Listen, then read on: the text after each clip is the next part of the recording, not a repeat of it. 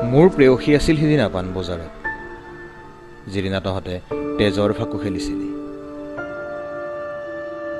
সাৰ্বভৌমত্বৰ ঢাক ঢোল বজাই দাবী কৰিছিল স্বায়ত্ব শাসন। তাইতো তহঁতৰ একো অপকাৰ কৰা নাছিল, অস্বীকাৰ কৰা নাছিল তহঁতৰ সাৰ্বভৌমত্ব। আচলতে তাইতো বুজিয়েই নাপাইছিল এইবোৰ। বাৰে বাৰে সুধিছিল মোক কিহৰ বাবে এই সংগ্ৰাম। মই কৈছিলোঁ সময়ত সকলো বুজিবা নিজে নিজে। সিদিনা তহঁতে বেয়াকেই বুজাই দিলি তাইক। সাৰ্বভৌমত্বৰ নতুন সংজ্ঞা।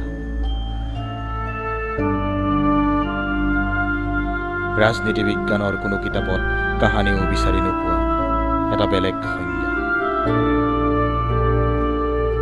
আচ্ছা, মই বাৰু কি বুলি ক'ম নতুনক সাৰ্বভৌমত্বৰ সংজ্ঞা?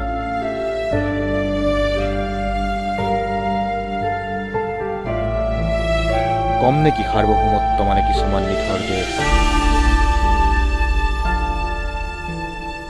আকাশ ভৰা কলীয়া ধোঁৱা আৰু মোৰ প্ৰেয়সীৰ অন্তিম চিঞৰ।